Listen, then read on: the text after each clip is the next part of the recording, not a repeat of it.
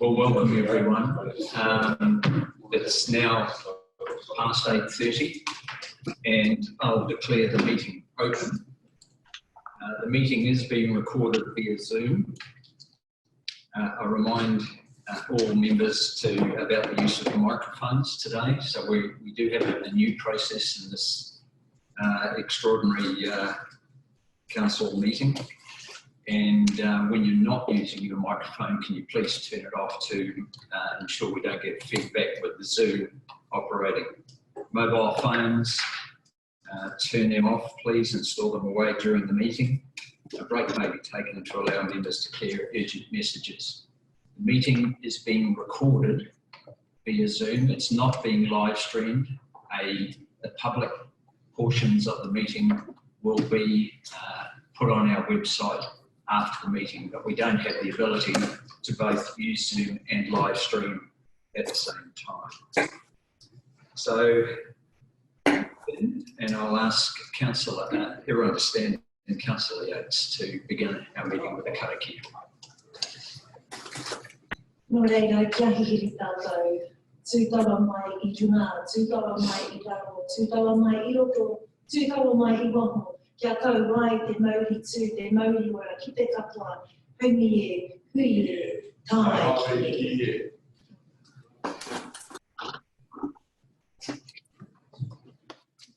Thank you, Councillor Yates. So I'll call for apologies, and I have apologies from Councillor McPherson and Councillor Chadwick. I acknowledge they are with us watching on Zoom.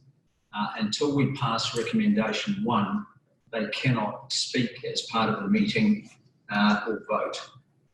So do we have any other apologies? So I'll call for a mover to accept the apologies of Councillor McPherson and Councillor and Mayor Chadwick. Moved Councillor Tapsell, seconded Councillor Bentley.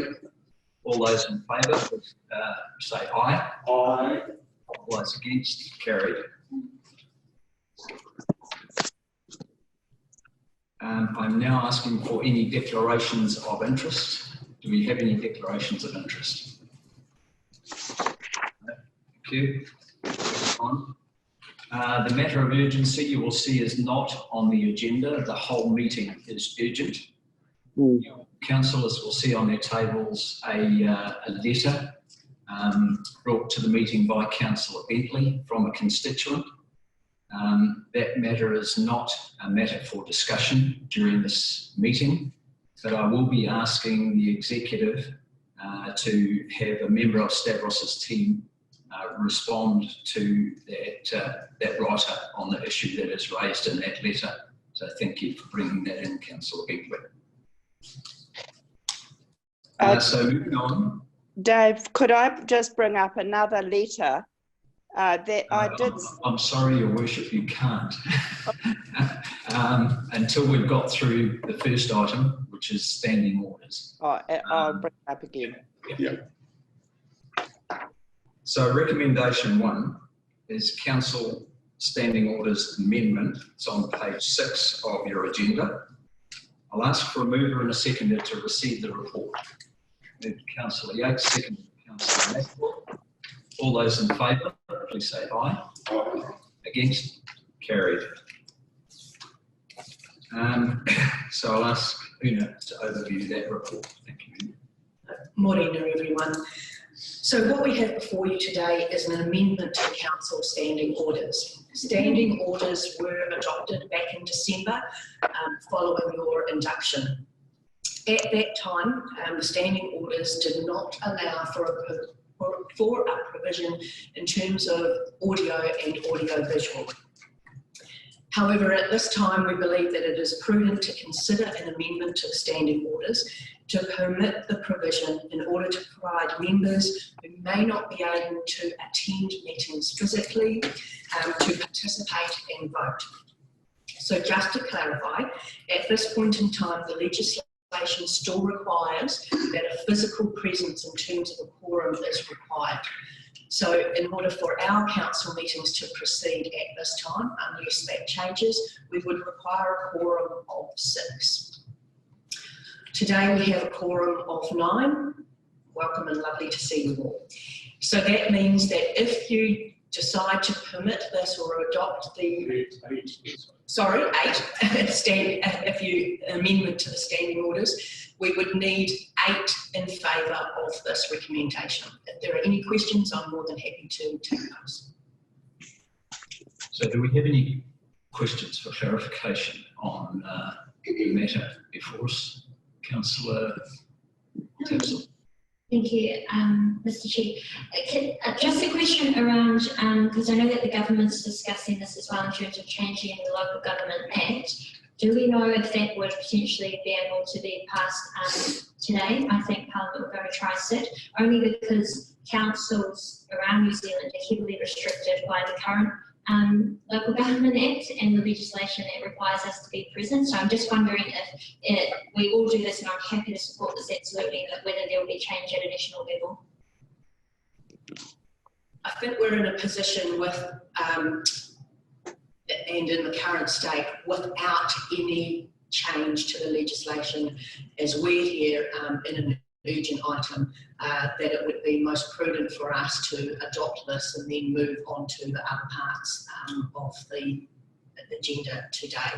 I think in light of waiting for the government, I've had no update that we would get that today at this stage.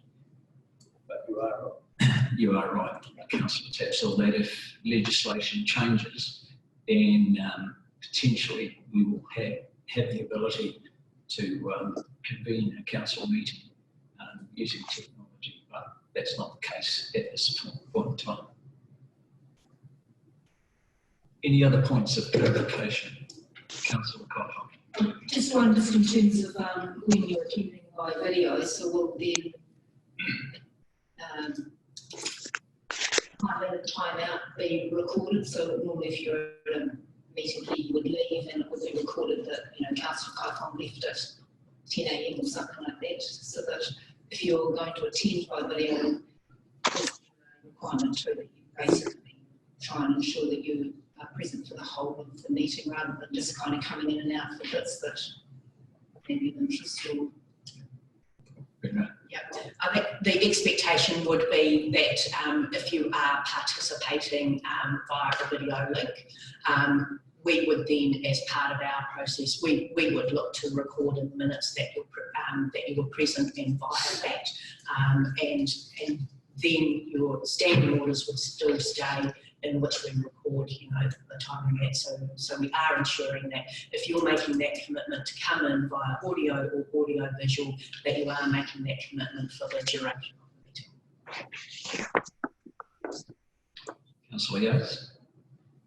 My question is, will this set a precedence or will it be only for extraordinary meetings such as we're having today? At this point in time, Rick and I have discussed this, and we thought it's probably prudent to leave this in at the moment, and then in the future, whatever that might look like, we can address that again through either an additional amendment to the standing orders or it can stay in. So effectively, I guess what long and short of it today, we're saying it's in and is part of council standing orders unless we decide later on down the track to revoke that. And you will see, Councillor Yates, that further on in the agenda when we get back into the public and we discuss the executive powers matter, that as soon as it's available within legislation to reconvene a council meeting, we can revisit this decision.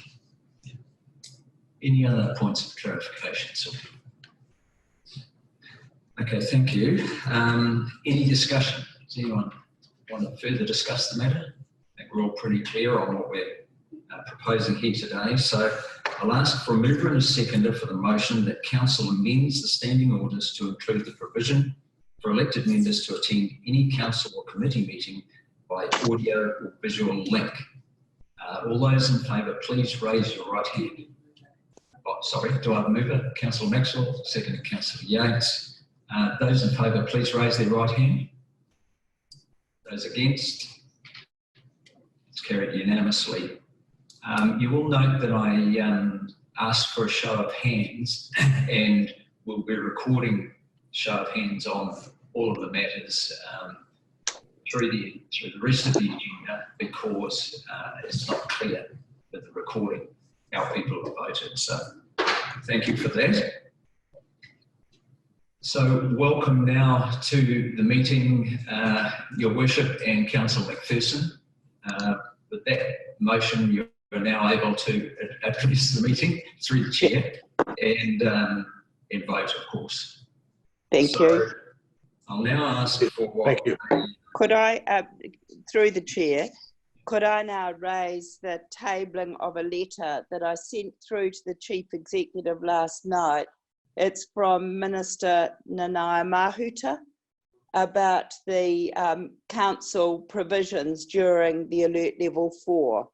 So I sent it last night as soon as I received it, but it has a lot of relevance to the disruption of services and the council role. So I don't know if that's come through yet to the Chief Executive's office, but it would be good if it went out with the minutes of this meeting. Yeah, thank you, Your Worship. And we don't have the Chief Executive in the room for obvious reasons at present. I'll just let Una speak to that. Yes, Mayor, we haven't actually received that at the moment, and as there is nothing physically for me to table at this point in time, I cannot make it part of the minutes of this meeting. However, following the meeting, I will discuss with Jeff, and we can look to circulate that to members via the most appropriate method of doing that. Yes, that's a pity, because it did come through. I did send it forward, but then none of you were there. So this is the timing of these things, and extraordinary. I think without the Chief Executive in the meeting, there is a very valid point in here about adjusting timeframes for the role of the Chief Executive. That's why I felt it was important to mention that today. But that's all right, I accept your view. Thank you, Your Worship. Councillor Maxwell. Are we, through the chair, Mr. Chairman, are we allowed to get a heads up on what came through on that letter, or even though we physically haven't got it yet, but it must be of such importance, and we may not be meeting for a while, and this is the Minister of Local Government. Yes. Even a brief heads up would be very valuable, I'm sure, Mr. Chair. But I tend to agree, and Her Worship has said she sent it through to the Chief Executive. He will be in the meeting when we discuss those executive powers. So I'll just get Una to add to my answer. I was just going to say that just remember that on the agenda we do have the item around COVID-19 and then RLC's response to that. So it's probably appropriate that that discussion forms part of that. And that also then gives a little bit of time that I can send someone to track that down and enable that to be tabled and therefore woven into that discussion around the COVID-19 later on in the agenda. I find that, through the chair, I find that appropriate. There is no great material impact that I see as differing from the planning that I've been part of for the COVID-19 preparedness, so that could be a spot that it could come to councillors. Thank you, Your Worship. So we'll now move to go into public excluded. There is one item for consideration in public excluded. It is the matter of a Chief Executive recruitment, and the reasons for moving into confidential is to protect the person's privacy. For a mover and a seconder to go into public excluded. Chairperson, can I just... Councillor Kuma. Thank you, Chair. Just wanted to speak something. I know this is an extraordinary meeting, and I know that we are discussing before we close up the meeting. But this is something that happened yesterday in town. Lots of regarding parking wardens and tickets been issued. Can we just discuss that? We're not speaking about that at this stage, so we will bring that up in the report on COVID-19 response. Once we have the appropriate members, Jocelyn McCarry here, the operating officer, will address that issue. Thank you. So do I have a mover and a second to go? Through the chair, I'd like to move recommendation 2.1. Could you just hang fire? We're having some issues, Your Worship. We haven't yet moved into public excluded, but I note that you wish to move the item once we are there. So I have Councillor Rotorua Tate and Councillor Yates move that we go into public excluded. All those in favour, please raise your right hand, including those online, if you so decide. Against? Councillor Kumar, are you abstaining?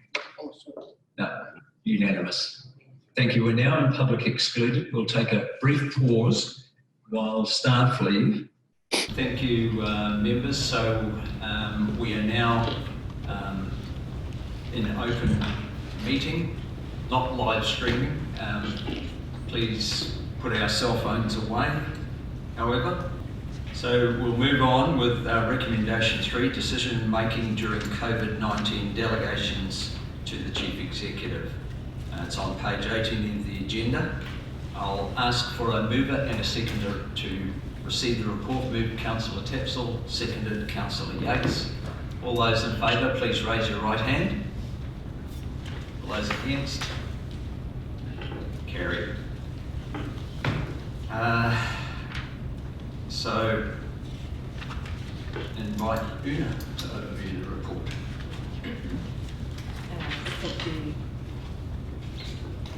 Chair. So our item here is decision making during the COVID-19 delegations to the Chief Executive.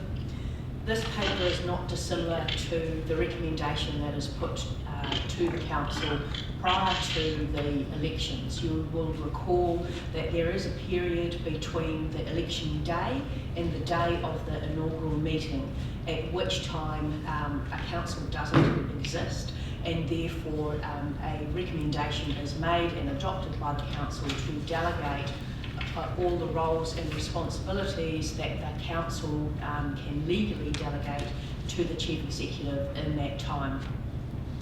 During that time, if a decision is made which is substantial, all those decisions are recorded and reported back to you following that inaugural meeting. So what we've got in front of you today is a paper that outlines that given the period that we are in and the unsurety or the lack of a guarantee of being able to pull together a physical quorum of council during this time, that we look to get approval from this council to delegate all those roles and responsibilities to the Chief Executive. There are, of course, a number of delegations that cannot be delegated below council, and those issues are still being looked at and worked on through LGNZ and SOLGM if the situation that we're currently in goes longer than a 4-week shutdown, and what that might mean for council business going forward. So in this paper, and I'll draw your attention to recommendation 4 and points A through to F, outline how those delegations, if delegated to the Chief Executive, would be excised during this time. And noting that at the time when we can bring council back together, that these delegations would cease, or if there is the need for them to be extended to get a resolution to extend those beyond that time. So I'm happy to take any questions. Thank you, Una. Do we have any questions of Una? Councillor McPherson, you have a question. Yes, Una, thank you for your paper. found that very interesting indeed. There's a lot of subtleties involved. The question that comes up, given our experience this morning of being able to zoom into the meeting and the capacity of other people to be able to zoom in as well, the sharp distinction between physically meeting and meeting online, given that sharp distinction is now faded and has been shown this morning to be quite effective, that sharp distinction between physically meeting and not being able to physically meeting is no longer stands as a justification for the extended delegation. There surely has to be other more profound reasons for such a degree of concentration of power in one person's hands. Thank you for the question. There is a change in legislation, but Una will explain required before we could move to that framework. So I think as we discussed right at the beginning of the meeting this morning, that the legislation still stands in place, that there is the requirement for a physical quorum of council to meet. As this council, or as the country is now in shutdown for 4 weeks, there is no way that we could bring you together physically in that time. So what we are saying is, in this period of this 4 weeks, when we are unable to bring a physical quorum of council together, decisions that are required during that time need to be the responsibility of someone, and in this case, that best lies with the leader and the chief of the organisation. So looking for those delegations to go to the chief executive. Your Worship, you had a question? Sorry, Councillor McPherson, you had a supplementary question? Yes, I do. The turning point in the response by Una, which I found helpful, was the point that in the event that decisions have to be made, given the degree of delegation and power, concentration of power implicit in these proposals, is the idea that the chief executive, in consultation with the mayor and deputy mayor, will be empowered to decide which decisions have to be made within this 4-week, initially, this lockdown period. We're talking about level 4, aren't we? During that period of time, the CEO is obliged to consult with the mayor and deputy mayor, and then can proceed with defining which decisions have to be made. And that could include extremely controversial issues, which I need not list to round out the argument. So I'm a little concerned that needs to be as hardwired as you propose, given that, as I said this morning, we've demonstrated that physical requirement, and we've just passed what in effect is I don't know what you call it, a change in bylaw concerning the physicality of presence required to have legitimate engagement as council. Thank you. Can I just ask Una to clarify in response to that, rather a comment than a question? Sorry, I just want to be really clear. The legislation of physically present means you have to have 6 councillors sitting in this room for a quorum. Yeah. That has not changed at this point in time. Going into alert level 4 means that we cannot get you in this building, or 6 of you in this building, to have that discussion during the next 4 weeks. And that is clearly in 13.8 members status quorum of the standing orders that are in the earlier part of the report. Also, I point out in the recommendation that the chief executive is not simply obliged to consult with the mayor and the deputy mayor. He'll make endeavours to consult with the chairs and other members of council. And I'm sure a lot of you will be online making your views known on the situation. Councillor Rokawate. Oh, sorry, Your Worship first, then Councillor Rokawate. Yes, my question to Una through the chair is, this looks remarkably similar to the stand-down period during the election. Every time we go into an election, with the ability to call an extraordinary council meeting, albeit online, as Councillor McPherson has pointed out. Is that correct? Yes, that's correct. And the other fact, I think we're using terminology a little bit, we're stretching it a bit. It's delegated responsibilities. It's not powers. These must be done in conjunction with discussions, as pointed out in this, that it's done in discussion with the mayor and the deputy mayor. And if we saw fit, for the confidence of councillors, if we saw fit to call an extraordinary meeting where we need to discuss something which we can't imagine what might be ahead, that is certainly what we would do. So, and it has worked well this morning. Thank you, Worship. Councillor Rotorua, then Councillor Maxwell. We're still with questions at this stage. Thank you, Mr. Chair. I'm inclined to agree with Councillor McPherson. We know that we're entering uncharted waters. That's quite clear. I heard this morning that it's likely to be 12 weeks before we see any lifting, certainly to get back to level 1 or whatever it was. And I think as much as possible, it should be business as usual around the council table. I've heard you say clearly, Una, that we have to be physically present. I would say that we should still, I've seen where my, a strategy, policy and finance meeting has been cancelled, as indeed so is operations and monitoring.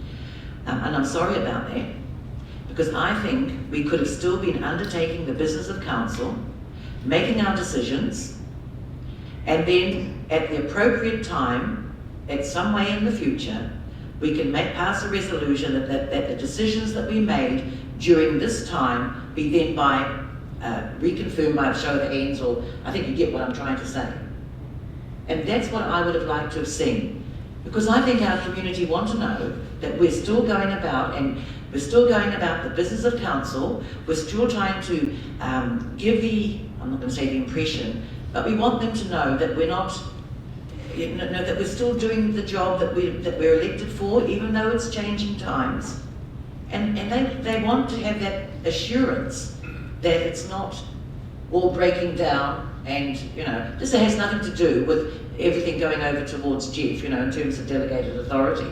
This is us showing that we are trying to say to our community, it's business as usual, even though it's a difficult time, we're still giving that semblance of, normality. And so I just wanted to say that. So, and I don't believe it will be for 4 weeks. And I think we can still make decisions, and at some stage we'll get those ratified again in the, by resolution or whatever you do.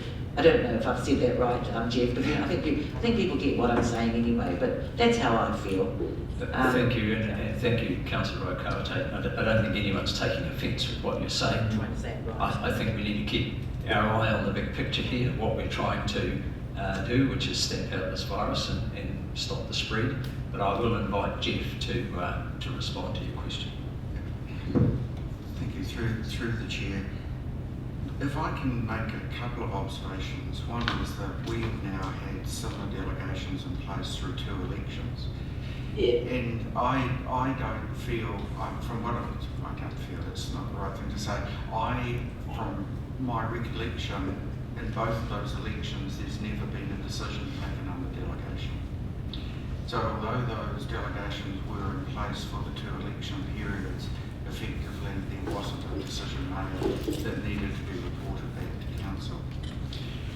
I say that because it is unusual circumstances that the chief executive under delegation would need to make a decision.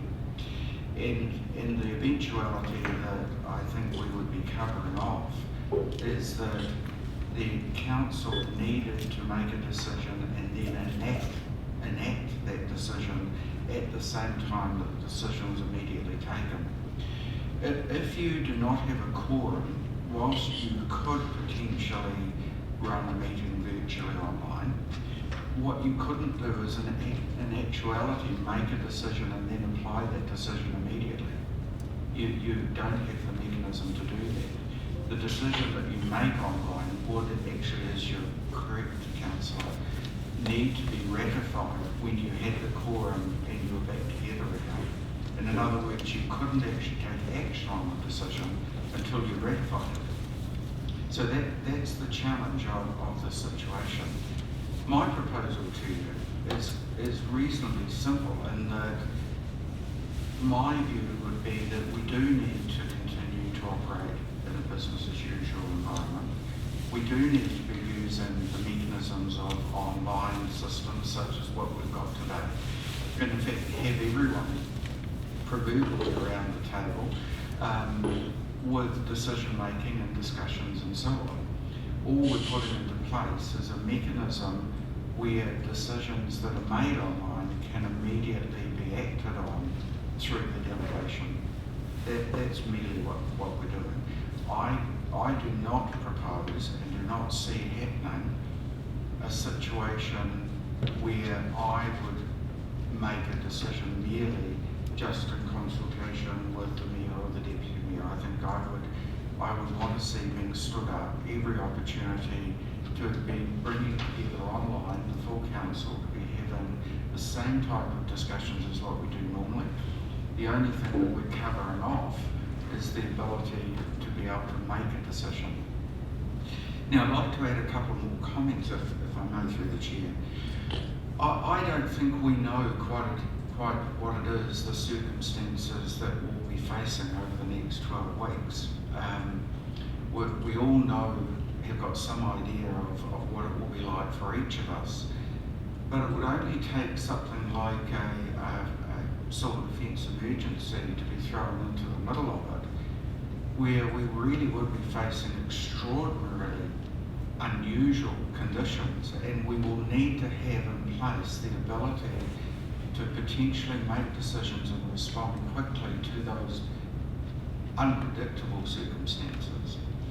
Now, I, for one, was actually quite nervous about this delegation myself, in that there is nothing that is absolutely cast iron guaranteeing that I alone are going to be here and able to make decisions.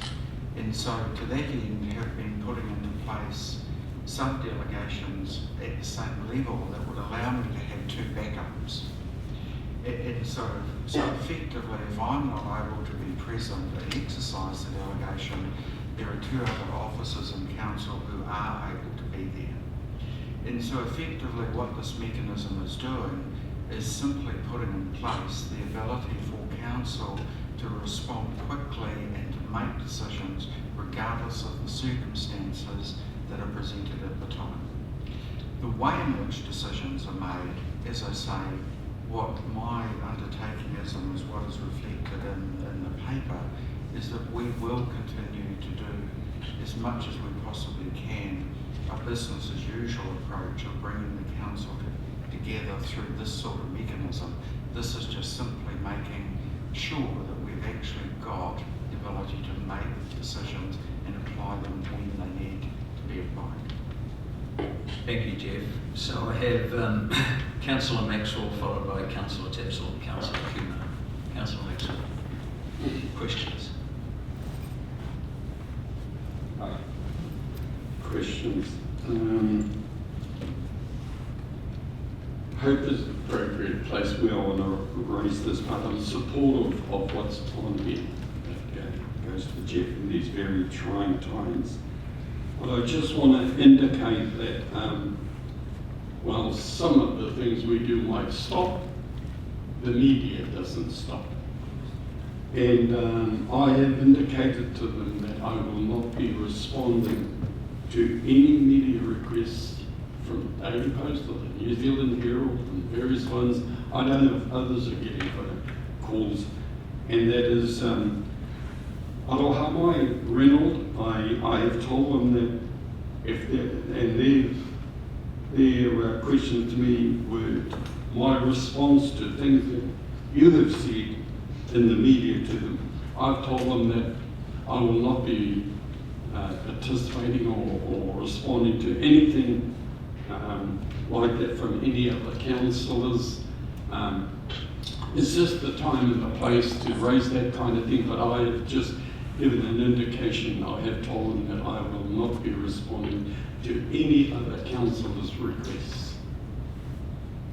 Well, that's noted, Councillor Maxwell, and that is your view. I just wonder if councillors made themselves familiar with what this delegation doesn't permit the Chief Executive to do under section 32(1) of the Local Government Act Schedule 7.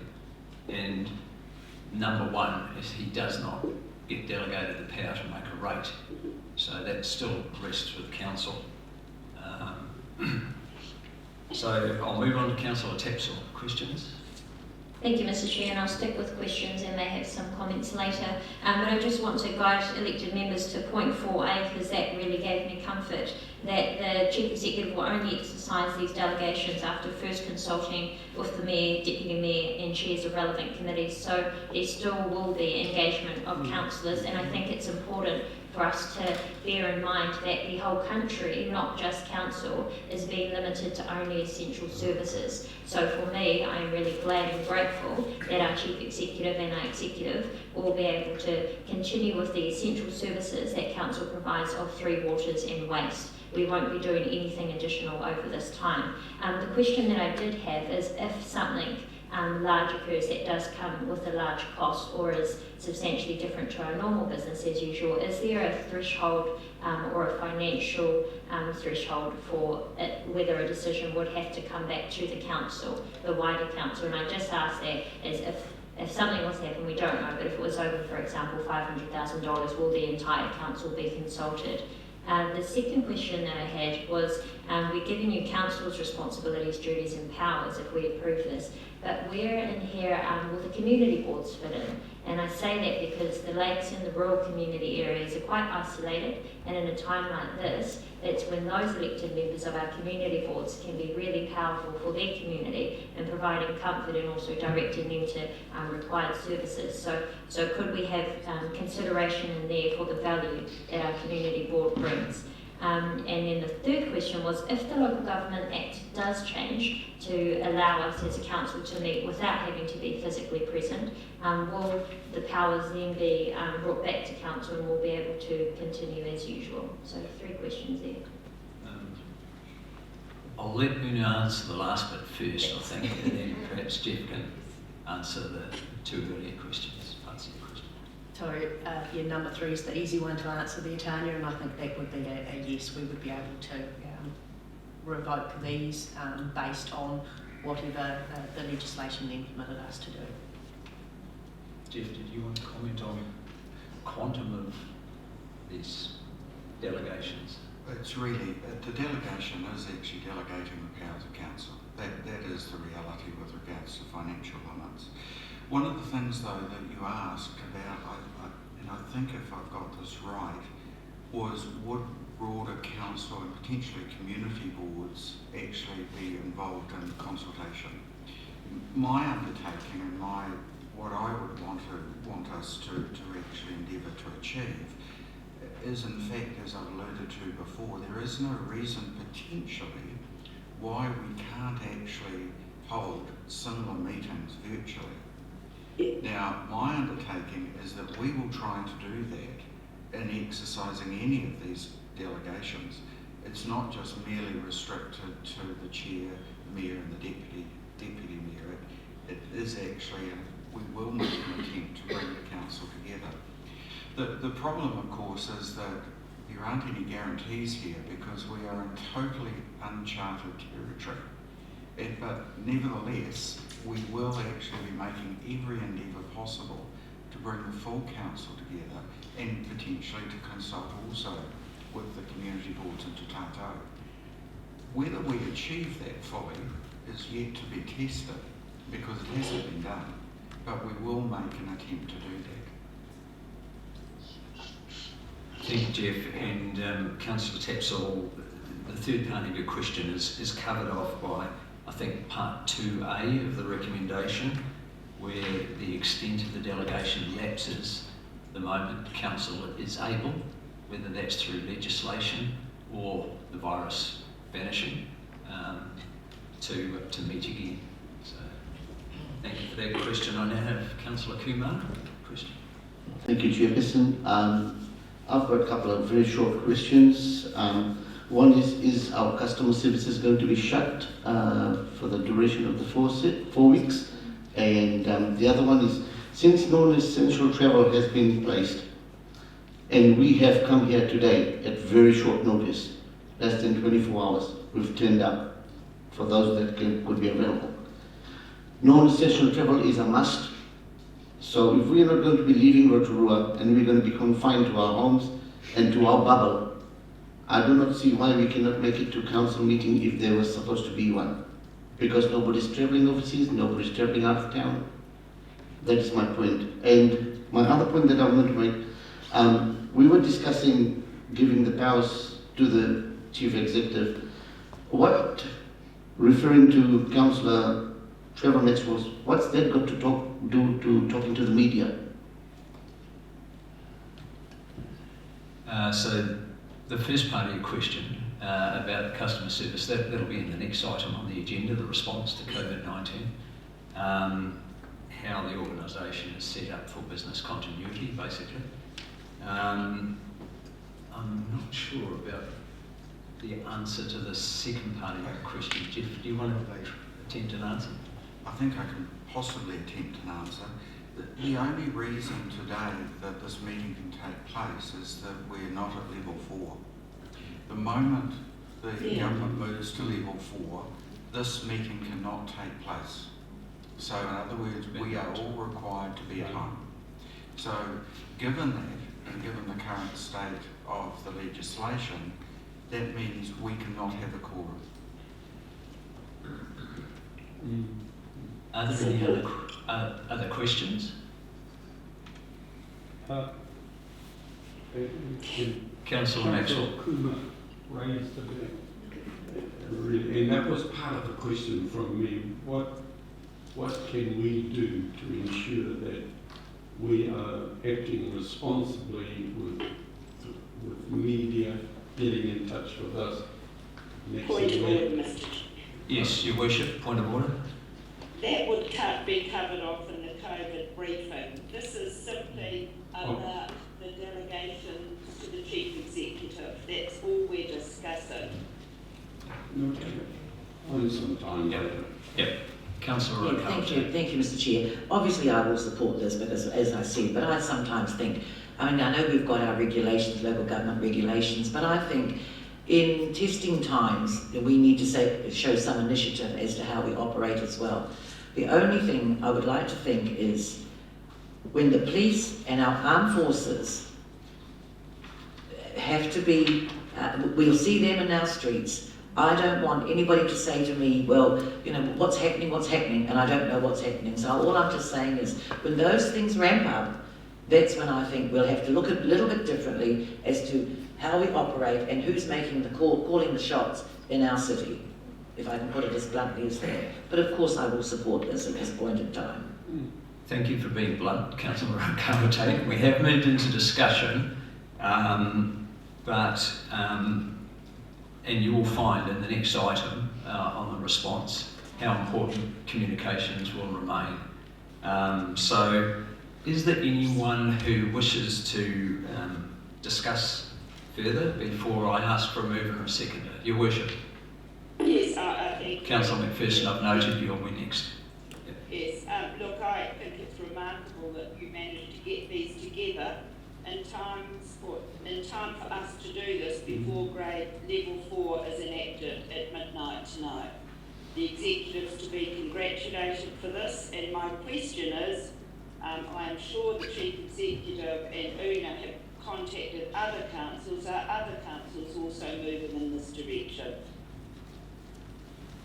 Thank you, Worship, and I believe, yes, Hamilton has. Am I right? Yes, other councils are all putting in various delegations, and Hamilton City Council are a council who are putting in these pretty much exact delegations as are in front of you today. Thank you. Councillor McPherson, you wish to comment? Yes, thank you, Chair. I wanted to endorse what who's just said. I'm very aware that Maupiti and Waikato and others are instituting similar delegations. We do need our chief executive with consultative members and so on to have the capacity to make decisions in a very quick and very flexible way. He needs to have the capacity to enact, to give command, to take command if the situation demands it. There's no doubt, I'm sure we're all terribly aware that those decisions are going to determine largely who lives and who doesn't live. If things go really bad, who's going to be possibly impoverished and who not. These are profound and difficult decisions that will have to be made quickly and flexibly. So I fully appreciate that in a civil emergency setting like this, you do need to delegate and trust people's judgment. And so in that regard, I'd like to implore the Chief Executive to remain a benevolent and consultative command. Thank you very much. Thank you, Councillor McPherson. Is there any more discussion? I'd like to move, and I will say, having been in COVID-19 response meetings for the last week, which many of you will have seen in the daily heads up pānui that goes out to all elected members, some of the outcomes of those meetings.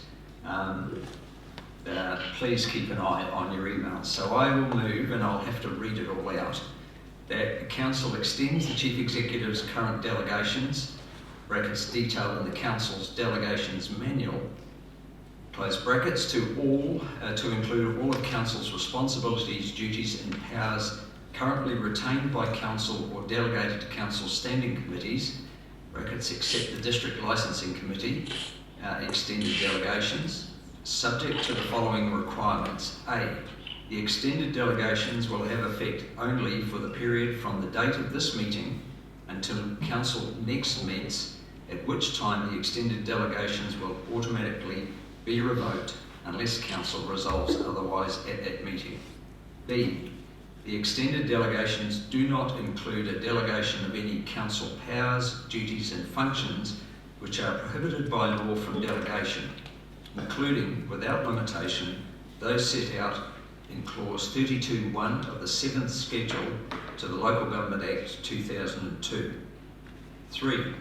That the Council approves, for the avoidance of doubt, that the extended delegations may and will be exercised by an acting Chief Executive appointed from time to time by the Chief Executive in the event the Chief Executive is unable to act. 4. That the Council notes that the Chief Executive has committed to exercising the extended delegations in accordance with the following guideline process. A, the Chief Executive will exercise any one or all of the delegations from time to time only after first consulting the Mayor or Deputy Mayor and Chair or Deputy Chair of the relevant committee where reasonable, practical and subject to their availability. B, the Chief Executive will not exercise the extended delegations unless he has first made all reasonable endeavours to achieve the consultation measures identified in A above. C, where in the reasonable opinion of the Chief Executive, a decision requiring the exercise of the extended delegations could be deferred without any material consequences, the Chief Executive may elect to not exercise the extended delegations and instead defer the decision until the next full Council meeting. D, the Chief Executive will advise councillors, Te Tato or Te Arawa and community board members appointed to the relevant committee of each decision to exercise the extended delegations as soon as reasonable possible once it has been made. E, the Chief Executive shall keep a running record of all occasions where the extended delegations have been exercised and shall remain accountable to the elected members for the proper and prudent exercise of the delegations. F, the Chief Executive shall provide an overall report of the exercise of the extended delegations at the next full meeting of council as described in 4D and E above. Your Worship, did you want to second that? Yes, I did want to second that, and in seconding, just comment that the meeting today that's been able to bring this together, that we have been in close contact, both the Deputy Mayor and myself, with the Chief Executive on a twice daily basis. So I feel well in the loop, and these delegations being brought to us today are critical that we implement. Thank you. So I'll call for a show of hands. Those in favour, or please raise your right hand. That's unanimous. Thank you. The motion is passed. We'll move on to recommendation 4, COVID-19 and Rotorua Lakes Council response on page 22 of the agenda. Ask for a mover and a seconder to receive the report. Moved Councillor Yates, seconded Councillor Tapsell. All those in favour, please raise your right hand. Contrary? Carried unanimously. JP, you're going to overview this report. I'm sorry it's behind me, so you'll have to look at the back of my head. Good morning, councillors. Councillors, this presentation is being started by me, but we'll actually be moving through the rest of the executive members as we roll through this presentation. Sorry, JP. Just as part of the process, while I'm looking behind me here, we'll go right through the presentation, and then I'll ask for questions after the full presentation. Thank you. So, councillors, we have two purposes in this presentation, and the most important one, and the one that will involve the wider group of council executives here, is to provide you with an update on our preparedness as we move into level 4 for council. Sorry, JP, again. Those on Zoom, Your Worship, Reynolds, can you hear? We can hear, we can't see the screen. It's on your phone. It's on your iPads, is that what you're saying? We're on our Zoom on our iPads, so okay. that's a slight technical pitch. We'll Thank you. So please continue, JP, and please speak. Yeah. Thank you. All right. So, councillors, again, the purpose we've got here is to update you on the preparedness around as we move into level 4, but also to seek your direction on the scope of our pandemic response. So really we'll take a bit more time and seek your guidance on where we should go with that. And as I say, it's one of those situations which continually evolves. But just referencing back to the government strategy. So really we wanted to highlight this as a key framework for the discussions that we need to have about how the council should respond. So clearly the government strategy has been around protecting people in our economy. So a key thrust is fight the virus, and obviously that involves the shutdown at level 4 that we're currently facing. Cushion the impact, and so we've seen a significant release of support packages from the government and a constant review as situations change there as far as cushioning that impact for people and our community and our businesses. And importantly, and with any kind of disaster or natural disaster or pandemic type emergency, is preparing ourselves for the other end. So that's that position for recovery. So key 3 phases that part of the government strategy. So councillors, what we're advocating to you is that the council strategy should emulate that government approach. So this would mean for us implementing a plan where we do our responsibilities as far as provision of essential services and making sure that we are supporting the fight of the virus. We have a very clear view of what we need to do as a council to cushion the economic and social impacts here locally. So as we've talked and we continue to talk as a council, we understand our local community best, and we can understand our community and gauge the level of support that we need to put in place to cushion some of that economic and social impact outside, or in helping the government target their efforts on providing that support. And then, incredibly important as well, start to think and position our district effectively for a rapid and speedy recovery post this crisis. So really our intended outcomes, councillors, if you sort of drill into those different phases, is obviously we have to do what we need to do in our community to help support that national effort to mitigate the infection spread. So the self-isolation, all of our staff have been moved into remote working and stood down in the majority of cases. You actually have a high proportion of the staff that are currently in the building in this room with you today. So obviously we move tomorrow into a situation where it is only those related to essential services who may be working out of the building or out of some of our facilities. So that brings us to that second outcome, is that importance around continuity of those essential services, critical services for our community. Again, we start looking at the second phase then and really understand how we can mitigate the social and economic impacts. And as we've already seen, what's happening in our community, those are uneven in how they're starting to arrive in our community. So we need to take that consciously into our decisions about how we contribute to those mitigations and cushion that social and economic impact going forward.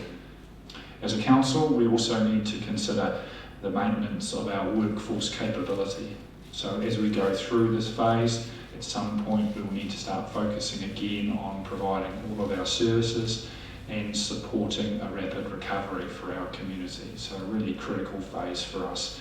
And then finally, as I've said and tried to emphasise, the need to maximise the speed of economic recovery for our community. So the potential impacts are huge at the moment. We don't know when and how long, but we need to start preparing about how we think about being able to enable our community to rapidly recorrect and get back to a state which is the new normal, but as minimised impacts as possible. So really that's the key threads of a council strategy. So this is the point, councillors, where I'd just like to hand across to my executive colleagues, and we were just going to do a round table at the moment, or around the council chamber, just give you a feel for what is happening at the moment as we fight the virus, and just continue as best we can with business continuity. So I'll just hand across to Jocelyn to start, or to Thomas to start. Good morning, councillors. Just so you know, with regards to the response, we started looking and reviewing our business continuity plans probably early last week, if not earlier, and obviously now we're fully implementing those. With regards to the support services and treasury functions, from the support services, the majority of our staff are now working from home remotely and successfully. There are pockets whereby we're having to work through issues, but we put measures in place with regards to connectivity, hardware, and that seems to be working successfully at the moment. Through to the treasury function, early last week we implemented measures to secure funding. We have at the moment implemented the majority of those measures. We currently have approximately $14 million of cash on hand. We also have borrowing capacity with the BNZ of $25 million, and we're currently in the process of increasing our facilities with the BNZ should an emergency develop, and we're in constant discussion with the local government funding agency and communicating what our funding needs are going forward, with a view that, as you can appreciate, these difficult times, we will be communicating what our monthly needs are going forward, and they'll be working with government and Treasury in particular and ensuring those funds. On the other side, we're also currently reviewing and reforecasting the organisation. We did start this several weeks ago, but as you can imagine, come Monday, the challenge of that forecast has shifted focus, and so we expect to be in a position from the next week of understanding therefore what is happening to our revenue streams, what the forecast for this year is, and trying to understand the challenges going forward across all revenue streams and our cost base, to see what actions we need to take and how we fund this organisation going forward. Thank you, Thomas. Who's next? Jocelyn? Are you asking, through the chair, do you want questions at the end or after each officer? We'll go to the end, Your Worship. We'll get the full presentation. Tēnā koutou rangatira. Just in terms of essential services that we've identified across the operational space, we'll continue with CCTV monitoring. We've rostered staff to recover roaming stock and dogs, dog attacks that would count as P1. We're managing call-outs around required public safety matters such as noise control, but we'll be taking a different approach. We've got people who will be part of the civil defence response, as well as different environmental responses. The cemeteries and crematoriums will remain open, and we'll have security to manage freedom camping at sensitive sites. We'll also have some roving security throughout the city who will be working within the city centre and also in a vehicle, just sort of maintaining a bit of security throughout the wider area. In terms of our facilities, all our public facilities will be closed. We're managing, we're taking the government's stay home messaging quite seriously, so this includes our parks, car parks, public toilets. We're not wanting to encourage people to leave their home and drive to our recreational areas, to come from out of the area, for example, and use our forest for recreation, because we could end up with a car park full of people. So we're locking the car parks. We don't want people, while people can do recreation from out of their homes, we're not trying to encourage people to use this as an opportunity to come and spend time in the outdoors. We will have our pound open, but closed to the public, but all the animals within the pound will be cared for throughout that time, and naturally all of the libraries, EEC, will be closed. We will be monitoring parking from a safety point of view, but we're not anticipating the need for monitoring of parking throughout this period, because we're not expecting people to be coming into the city. In terms of the homeless, we do have, they are being offered accommodation. We are working closely with the emergency accommodation groups, as well as our central government colleagues, MSD and MHUD. So they are absolutely clear that they can and will house everyone at this point. And so we're moving to get people out of our council car parks before we lock them down. And we will be enforcing that people cannot stay on our reserves, and offering them information to link them in with services being delivered through MSD and Housing First. We've developed a handout that we'll be giving to people, as well as speaking to them when we hand them out. We have the BCPs in place. As Thomas referred to, we started working on these over a week and a half or 2 weeks ago, and we'll be maintaining daily meetings. Most of my team can and will be working from home throughout this period, and the type of work that they'll be doing will be looking after any backlog that they might have in the planning space. They'll be looking at policies that may need to be reviewed, and they'll be doing other duties from home, but they do have the capability, most of them, and they will be working home. We do have some staff who will not be able to work throughout this period, but we're also looking at redeployment opportunities for areas where they might need to, where we may be able to offer assistance to other parts of our business. That's probably enough from me from now. Kia ora. Thank you, Jocelyn. Stavros. And apologies if you cannot see Stavros on Zoom. Stavros. I can manage. That's beneficial. Kia ora tātou katoa. From essential services perspective, there are two broad directions we're taking at the moment. Our objective is to give elected members a comfort that we are able to deliver our essential services as defined by the direction of the government, but also a degree of awareness that by the nature of the need to protect and safeguard the safety and the health of our staff and our service providers, there will be some limitations as to the degree to which we can respond, to an event. However, we are making every effort to be able to put ourselves in a position where we can do it. So what we have done today is that our essential services with regards to water supply, sewage, stormwater, rubbish collection and waste collection, waste management in general, transportation, access and civil defense. We have split our workforce into three. 1/3 of them are working remotely and are undertaking away from workplaces various degrees of planning activities. The other 2/3 are split into rosters and will be based in the sports zone, because we do have a need to daily coordinate and decide priorities of our activities. We also need to coordinate with our contractors, and unfortunately we have no means of remotely fixing pipes or fixing roads yet, so we need to have physical interaction with people, collect rubbish, and make sure that we undertake all these critical services.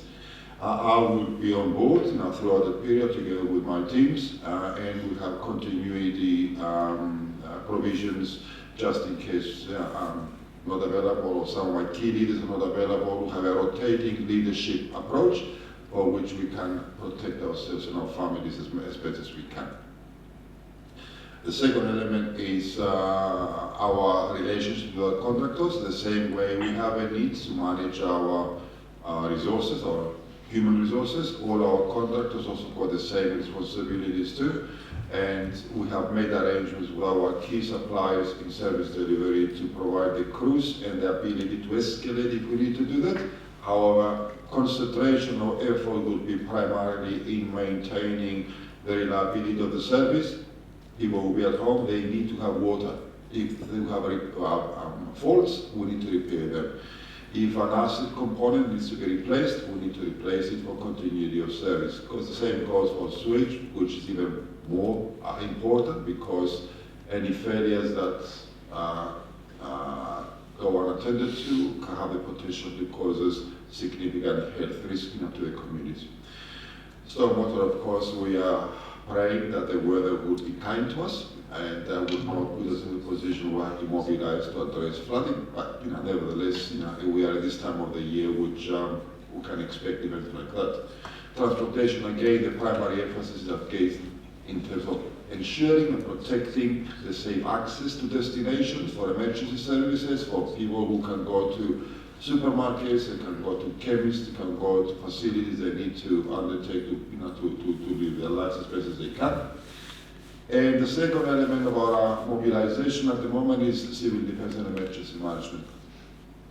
By the definition, CDM is activated only when our business as usual procedures are not adequate to manage those kind of activities we need to manage. We do not anticipate a situation arising from the level 4 declaration of the government that will bring us to that level. However, we anticipate that it would be an escalated call by members of the community who feel vulnerable and they will need a degree of welfare assistance.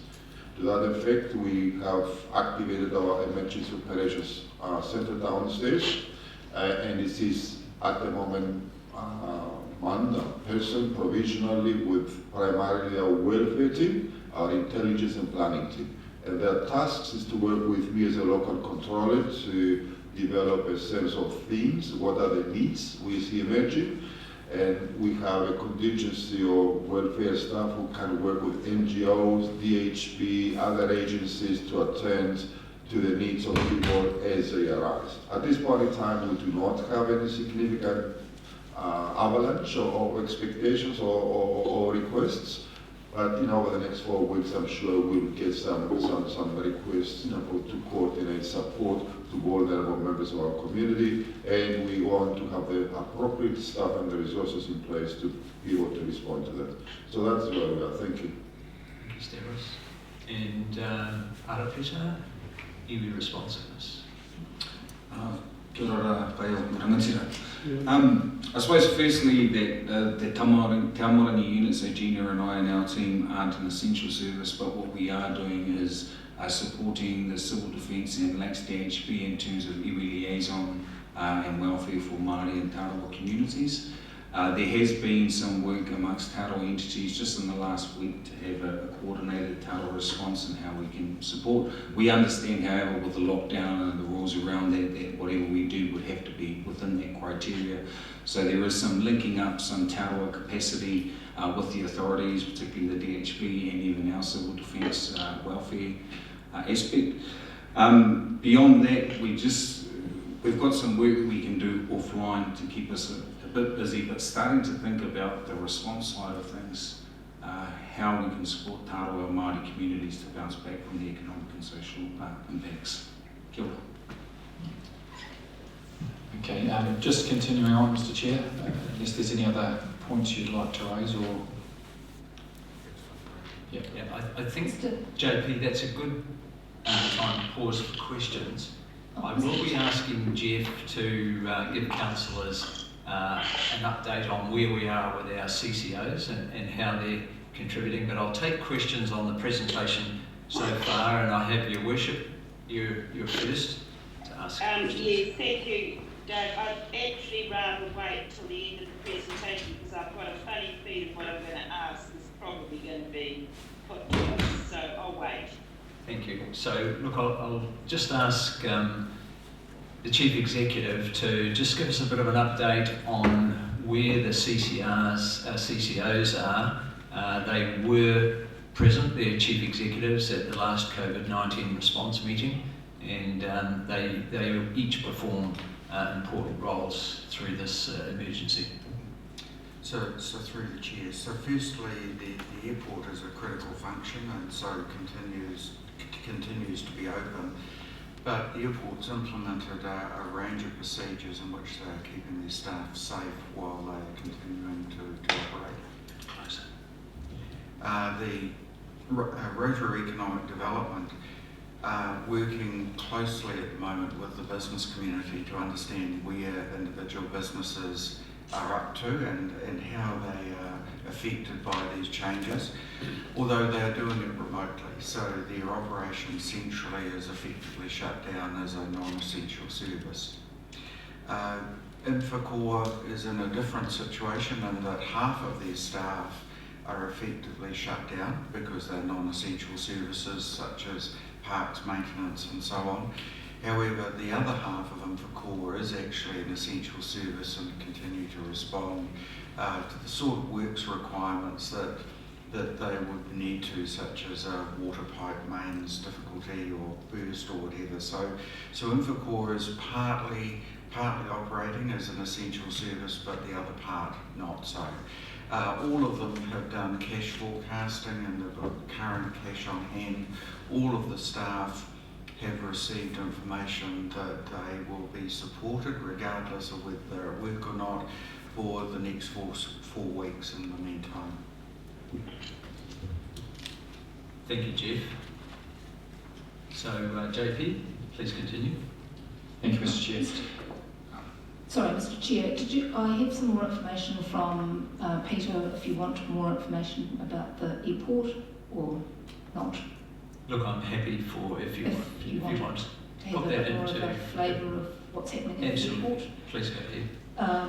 So I'm in touch with Peter, the chair of the board, and he records information for me that he relays to the board as well, because we know that Mark's busy at this time. So the airport's still busy with flights with the extension till Friday to try and bring people back to Rotorua, and then it will be shutting down for domestic passengers, but will still need to maintain fully operational from medical and for civil defence purposes, and for that reason they'll need to then maintain their certification. From a financial perspective, they are remodelling on the basis that potentially there will be a significant loss of Air New Zealand flights for a significant period of time. This will also impact the rental available to the airport from the tenancies that are there, who have all indicated that they will be looking for either rental holidays or rebates.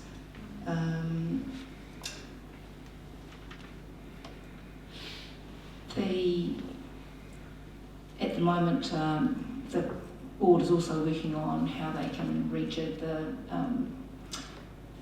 SIO, because obviously that's now going to be made totally redundant, so that'll be a piece of work going forward. But rest assured that Mark and the rest of the team are being fully supported by the board, and the board is meeting on a regular basis via conference calls. Thank you. Councillor Kai Fong. So JP, please continue. Thank you, Mr. Chair. Just rounding out this slide, councillors, which was our aligning of protecting our people and community to the government's approach to fighting the virus.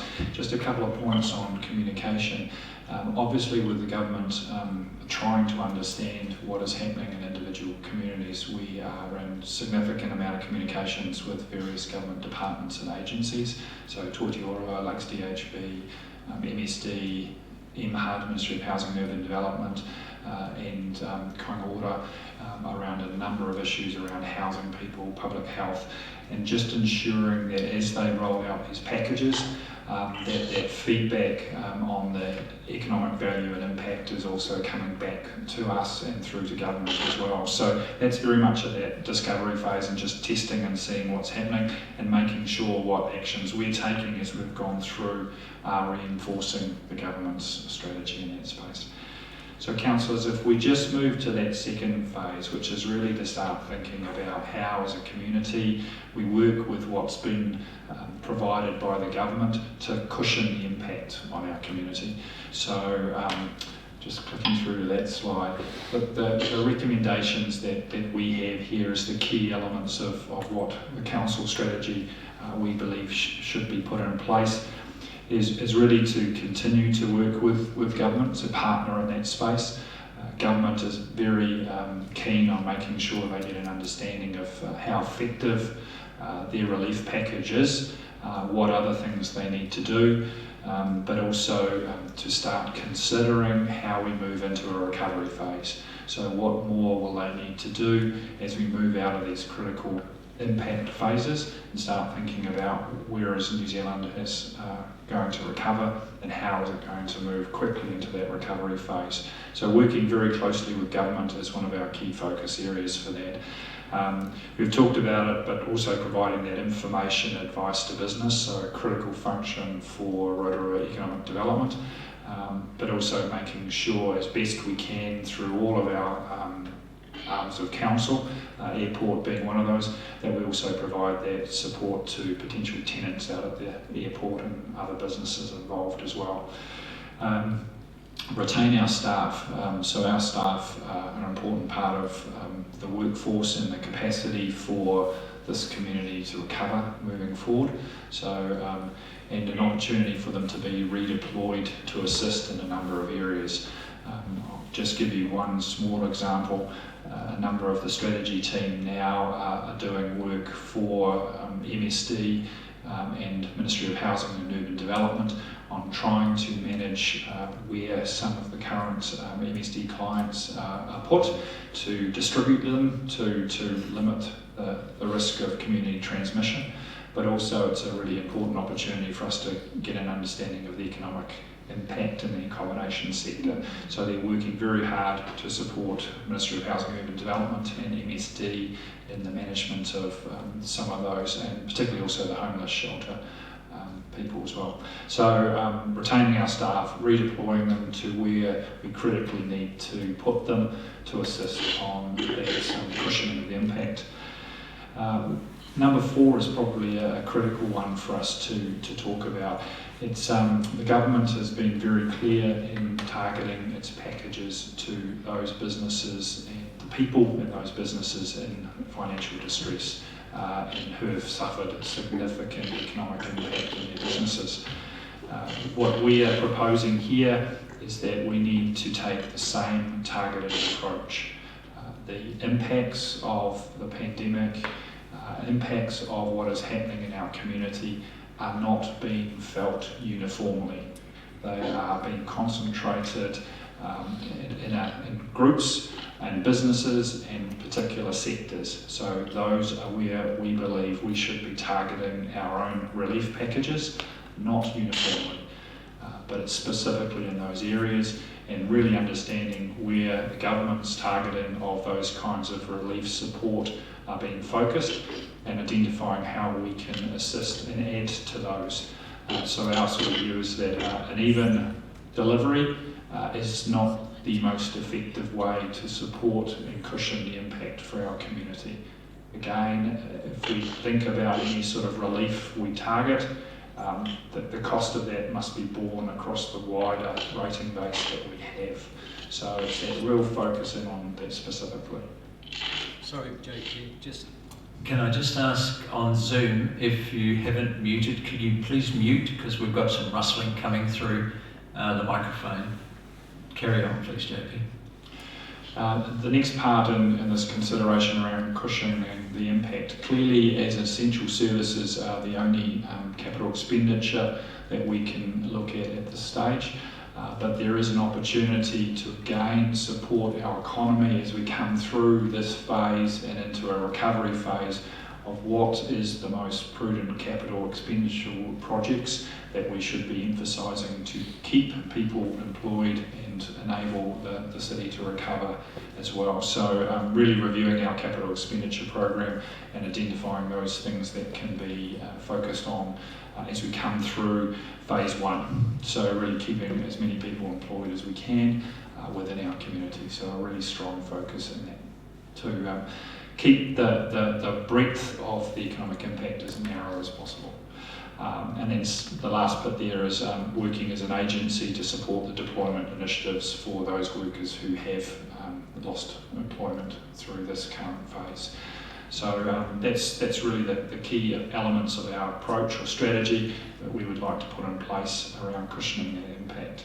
If we then look at how we're positioning ourselves for recovery, repeating again, critical to work with government, who is very much now focused on what happens at the other end of this, or a number of government agencies are, and ensure that flow of information continues and we get a good understanding with government of what needs to be done. Again, retaining staff, because we will need to move into that recovery position and deliver our wider breadth of services again, but also there may need to be a deployment of those to help stimulate the wider economic recovery where needed. And again, I've mentioned that point about working closely with those government agencies who need to work specifically with businesses and people in distress. Again, continue to deliver that capital expenditure program. It's going to be a critical part of the district's recovery and support those work deployment initiatives. I've put it a little bit separately, but it is actually quite a critical strategy for council. Sorry, I just clicked through on the wrong slide there. Is that recovery is just again focusing on completing the Rotorua housing strategy that we've presented to you previously. So a lot of work has been done with the Ministry of Housing and Urban Development, with developers in the city, and also with Kainga Ora about how and what those initiatives should be. Obviously, we're in a crisis mode at the moment, but we will quickly come back into talking about how that will be an important plank of the district and the city's recovery post the pandemic. So again, very much a conscious view of the work that's been done has enabled government to see particular initiatives and housing development opportunities which will help with the district's recovery after this event. So council is probably the last piece here, and I need to hand back across to Thomas, who can talk about the implications around that strategic approach. Thank you, JP. Councillors, I think I need to be very clear on this, and many of you will understand that many of our businesses and individuals in our community going forward will be leveraging their balance sheets to help navigate this period, and we will be no different. We will need to leverage our balance sheet, and by leveraging our balance sheet, to be very clear, we will be looking at using debt to help navigate through not only the short-term period, but into the medium term and into the recovery. In saying that, to give you a little bit more clarity of what we're doing to obviously to mitigate, minimise and protect our balance sheet, is we're going to be having to look at a lot of levers. So we are currently forecasting what this financial year looks like, what our revenue streams may look like. Some are already severely compromised. The concern is obviously how do we cushion the impact of the next rates instalment in May. Those compromised revenue streams will be offset by looking at operational savings, reprioritisation of projects and so forth, and we'll be using therefore debt in our balance sheet as a balancing lever into the short term. Into the longer term, particularly with regards to the recovery, we have a team looking at our forward capital works program with regards to identifying opportunities to keep our local businesses busy and how do we facilitate that. And so hoping, like everyone, that when Category 4 lifts and we are in a position to therefore facilitate a prudent level of work targeting the right areas to keep our organisations busy. But to do that, as you can understand, we will be having to look to leverage our balance sheet going forward. All right, councillors, just last slide here, and just to summarise, look, the request we have is that we're seeking your guidance and to adopt some approach to government, so a 3-phase view of what needs to be done across our community as we go through COVID-19. So fight the virus, cushion those economic and social impacts, and focus very carefully on those where they occur, and position our district for a strong recovery post this event. So really our intention now is to, if you're accepting of that approach, is for us to put together a discussion document where we set out in more detail what that might look like and those financial implications, and also specifically hone in on potentials around relief packages for those in distress. So really that would be our next phase if you accept this direction. Thank you, JP. So I'll open the floor for questions, and I have Mayor Chadwick first. Can you please unmute, Your Worship? Unmute. Right. Gotcha. Yep, you're back live. Well, thank you for the presentation, and I'm very pleased to see that you are aligning with the government approach. I think that's absolutely critical for us because the impact on our community is definitely not going to be even. And we know that already. We're all hearing it from the various sectors that we have relationships with. So I really like about this, you're saying you're going to look at targeted packages. And I look forward to that report coming back. Because that's the way that we should be looking, that those most in need get the support. Because if we don't look at equity, we're going to do the greatest harm to those most in need. And that's not an approach that I would support at all. I'm pleased to hear, Thomas, about looking at cost reductions.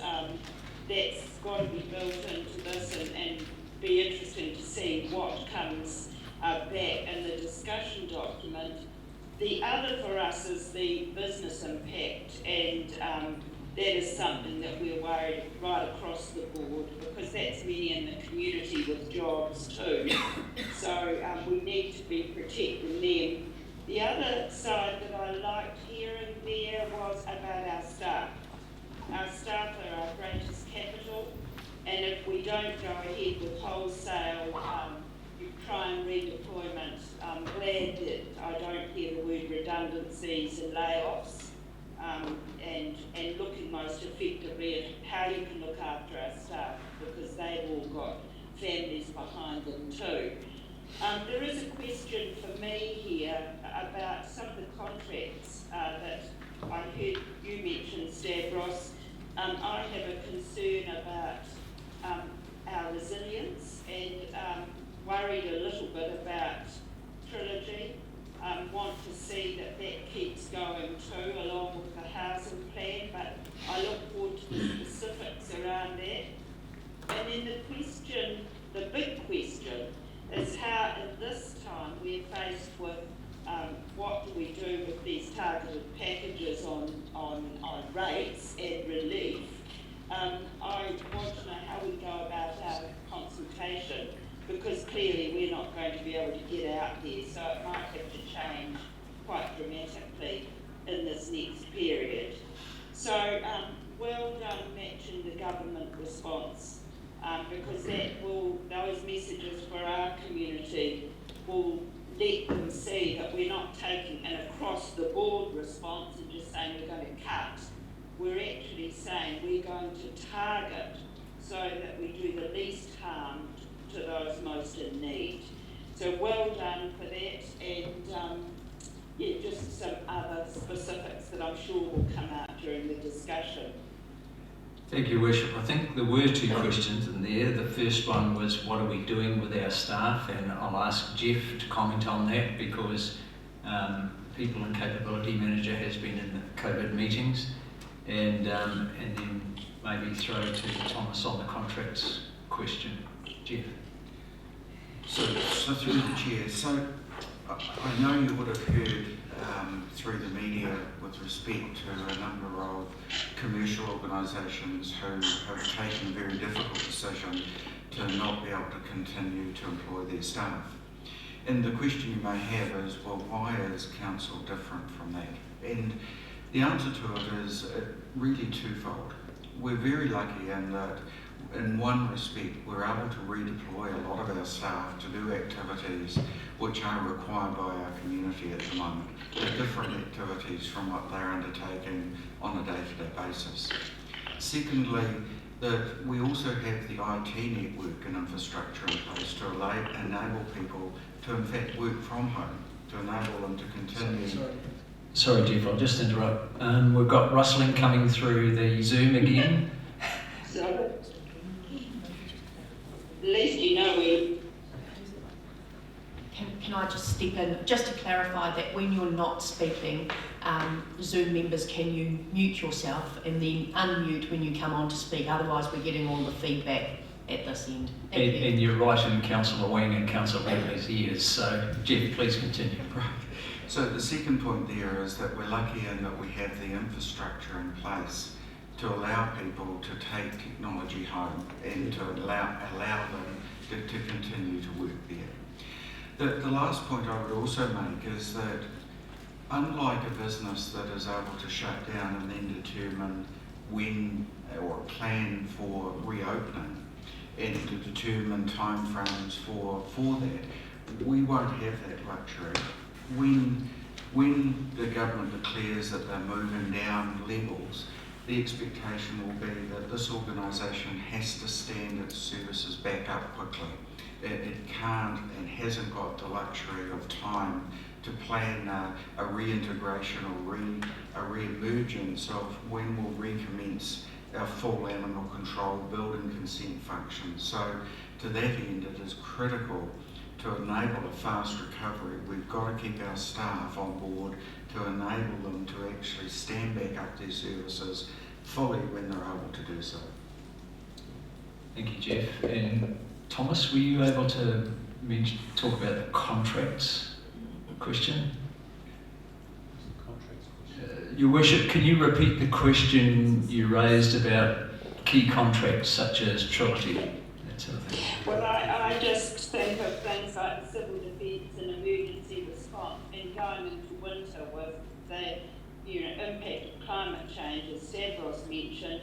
We knew we were walking a very fine line with our current infrastructure team and looking at the Trilogy contract, and I hope that can keep going. So Stavros Jeff's going to answer that, Your Worship. If I can assure the Mayor that there is no intention at this stage to actually not continue and honour those commitments that we have been proceeding with. Any other questions from the floor? Councillor McPherson. Yes, thank you. I really appreciate the work that's been done. JB and Thomas, Jocelyn, Stavros, Arabella, and Jeff yourself. So there's some really solid thinking being done about the continuity questions and targeting assistance. I do like those approaches. I know also that CapEx is being reviewed as part of the continuity equation. The cash in hand looks solid. And I also note that revenues will be reforecasted. Particularly, our members are very, very keen on getting clarity around the question of rates freezes. I note that debt is going to be used as the basic mechanism for recovery, and much as I don't like debt, in this circumstance, the circumstances we face, it's, in my view, entirely appropriate. The maintenance of the essentials, Stavros' services and so on, look also very, very solid indeed. So those would be my outstanding questions at this stage. I suppose the general question is, once the thinking's been done on revenues and on the viability, the possible review of CapEx commitments, how will those proposals then come back to a council that will basically be in abeyance for the next 4 weeks? Jeff will answer that one. Jeff will answer. There's I think through the chair, there's a number of aspects, I think, in an answer that I need to make. So firstly, we do need to be putting together material urgently at this time. And my aim would be to get that material to you sometime next week, permitting what else is happening around us. The intent, as I think was actually the recommendation that is was on the slide originally, was that the paper would be circulated to council for input. Now, it's a little bit different from what we would the words that we would normally use, but the hope is that we'll be able to bring back to you a paper, and we will be able to hold a virtual meeting for you to consider and to debate that paper. I'm just hoping that technology and time and all of those things allow us to come together with what we're intending. You made a topic. I think there was a question or a comment there with regards to a rates freeze.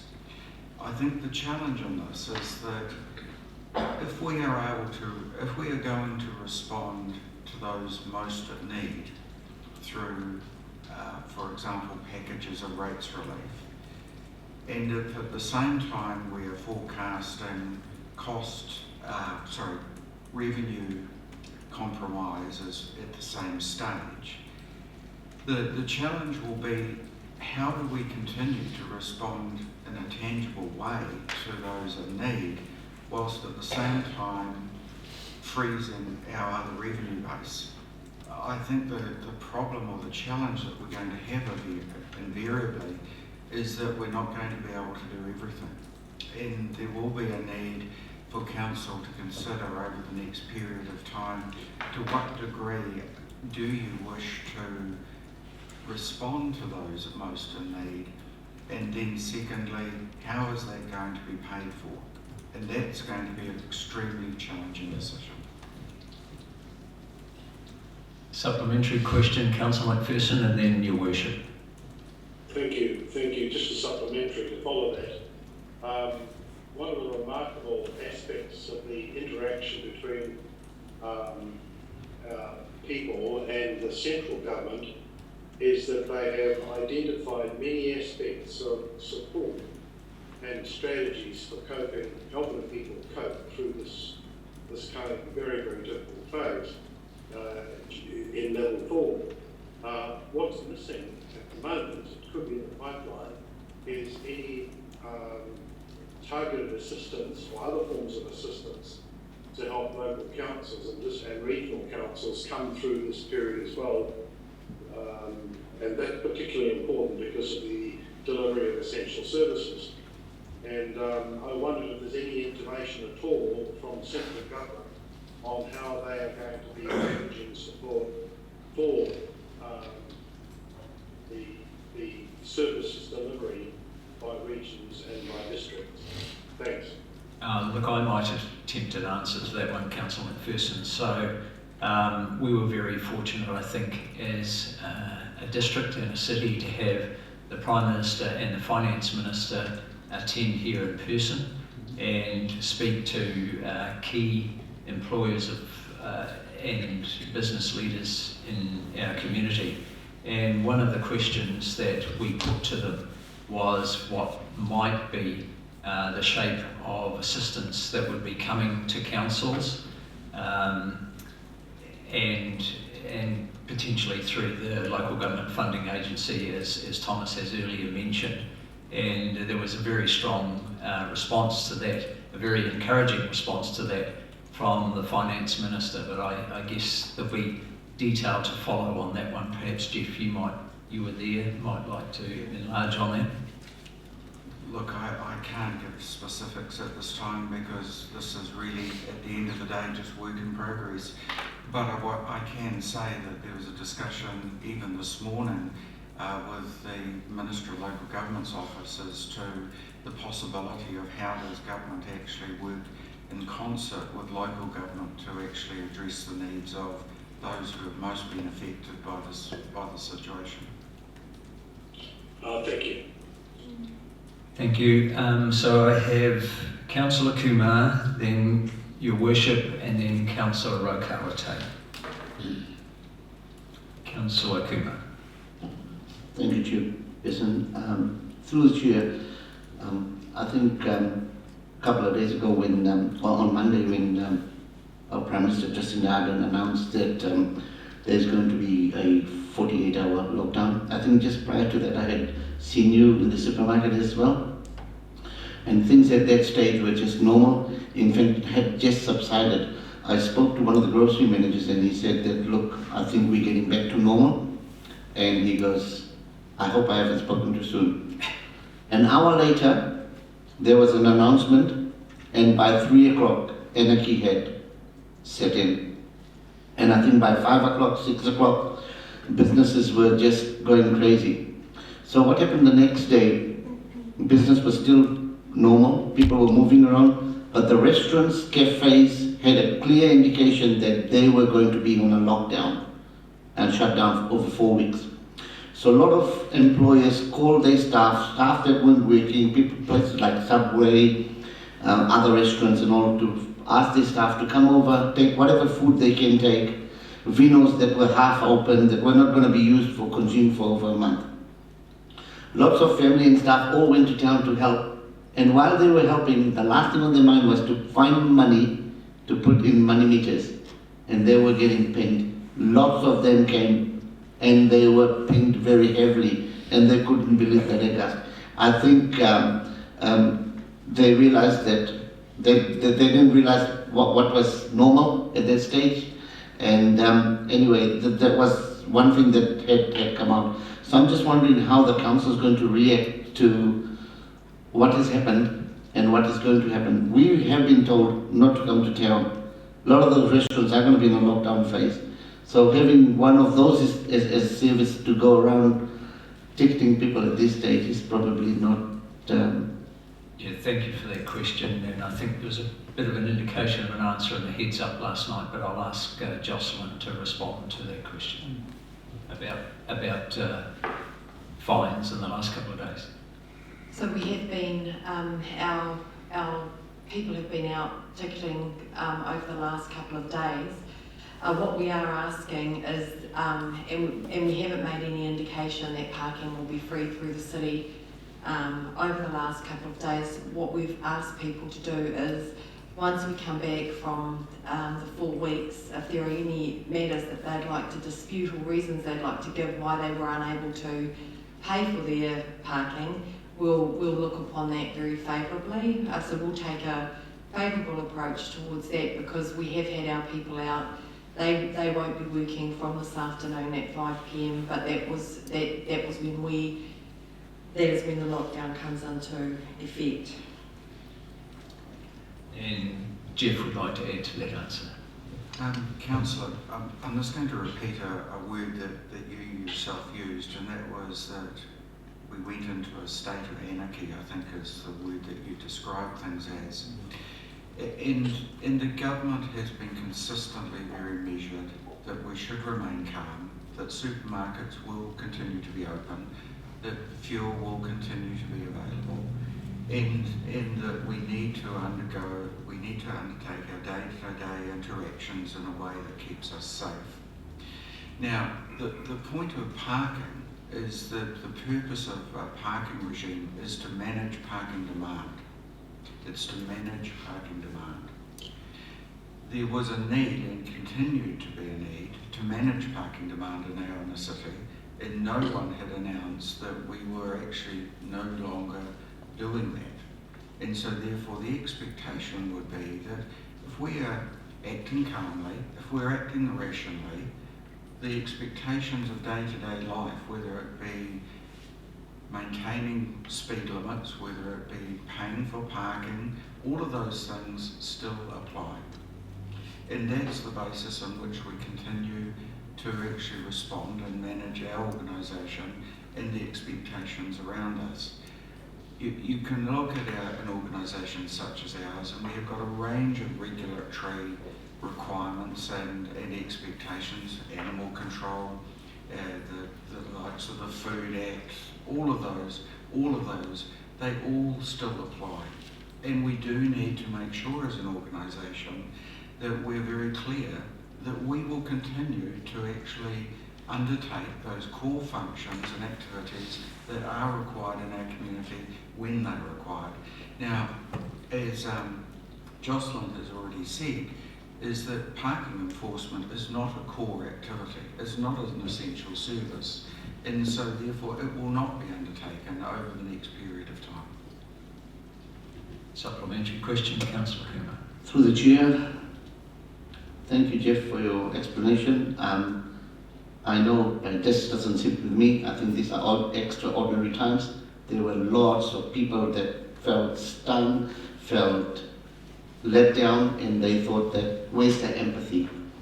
It's that empathy level. These were hospitality workers that were going out there, trying to help their bosses, trying to help people, not just so that they could benefit, but because there was going to be an uncertainty. It has been made very clear that for a month, hospitality is going to close down. No takeaways, no restaurants, no bars. They've tried their best. Now they will have to work through the package, and then while we will review these tickets favorably or however, at the junction and time when they received these tickets, they couldn't believe that there was no empathy. Thank you for that statement. I think you've written submissions for a number of people who will want to put them in at the appropriate time. Your Worship, you had another question? Can you please unmute?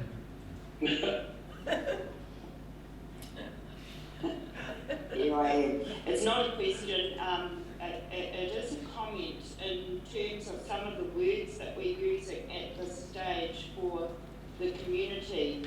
I am concerned about this call for a rates freeze. I'm very happy to hear about targeted, tailored packages meeting those most at need. And I urge councillors to, at this stage, that is the approach that I think in line with the government response about protecting our people and our community, cushioning the economic and social impact, and positioning for recovery. That is the very smart and the right thing to do. It's easy to say we're just going to put a rates freeze across. In my view, that's not equitable, and I wouldn't support that in our community. So I just wanted to get that out there. I'd be really interested, and it was nice to hear Councillor McPherson say that, you know, you like that approach too about trying to align it with government support packages, because there are some government support packages for business and ratepayers as well that I've heard announced so far. So if we get those in alignment, I think we're going to do quite a smart response. that is empathetic and really does put our people at the front of our mind. Your Worship, Councillor Rotorua. Yes, thank you, Mr. Chair. And I do have a quick comment to say. Thank you, Councillor Kumar, for raising that about the parking. I've heard it too, and I can't believe that we were still, and even up right now, at this point, we've got people out there checking on that. I think it's a very, very bad look. I look forward, Jeff, to the paper that you're going to present to us around the rates, etc., and what we might do there. Because when we set our rates, apart from some targeted rates, we set our rates right across the board for all of our property owners. And so if we're going to be looking at targeted relief, then we're going to be making a judgment call on, on people's ability to pay, I presume.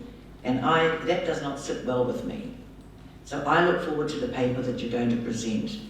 Because when we set the rates, we don't say, well, it's on the valuation of their property. And so what are we going to do now when we do targeted rates? We're going to say that people in certain areas, all I'm just saying is I look forward to the paper and to the debate that will be had around the table. Thank you. Thank you, Councillor Rotorua. And I think we had part of that in our workshop, discussions around what levers we could use to spread the equity. So I have now Councillor Tapsell and then Councillor Wayne.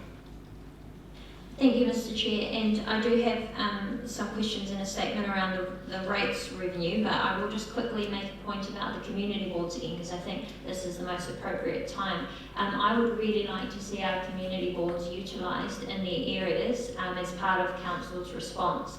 Now, we have our lakes and our rural community boards, and those our chair people who are very capable have been on and off the phone continuously from their community, and also iwi leaders who want them to be a part of their local response to this COVID-19. I think it's vital that they are included in this. It's a bit of a shame they can't be here with us today, but I just want to remind everyone of the incredible value that they bring as leaders to their communities in our isolated areas as well.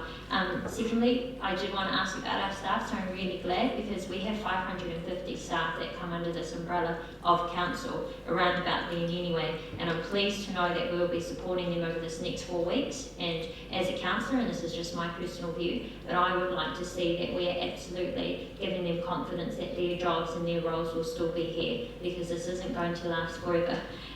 Around the rates revenue and through the rate, and we've been asked and we've seen it from other councils that have, and in my opinion it's a knee-jerk reaction to freezing their rates. This is a very short-term issue that we have at the moment when we consider the long-term investment required in our community, and really this isn't a time for ideology or theories. This is a time for leadership and action, and we need to ensure that we are continuing to have some sort of revenue in this council so that we can continue to invest in Rotorua and stimulate our economy.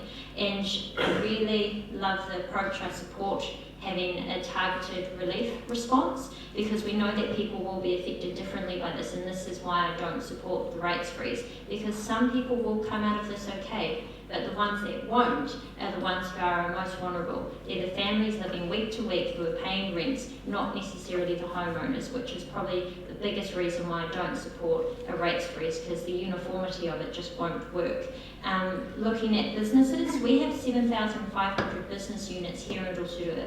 So while I support any action that protects our health and safety, we ultimately need an approach that also protects our economy and their livelihoods as well. So my question is, how can Rotorua Economic Development, an organisation perfectly poised to help support our tourism industry? We did have a tourism partnership model, and I think that I would actually like to see us giving back to the tourism sector as well, because bearing in mind they are our biggest employer here in Rotorua, and they contribute 493 million to our local economy. So this recovery will be long term, and we need to be doing all that we can as leaders of this community to be supporting one of our biggest industries. So in summary, I totally support the targeted relief package for those in distress, and I don't support a knee-jerk reaction to freezing rates when this is going to be a short-term response but a long-term recovery. So I support continuing to invest in Rotorua and stimulating our economy because that's what we need. Thank you. Thank you. There was a question about how would Rotorua Economic Development support tourism. I think that was your key question. Jeff, did you want to respond to that, please? I think the answer to the question is actually not going to be definitive in nature, because the way or the approach that I understand the CCO are taking here is to actually work with the industry and to actually partner with the industry to understand what circumstances do they find themselves in, and then secondly, what do they see as actually us being able to do to actually assist them. So it's very much an industry-led approach being used at the moment.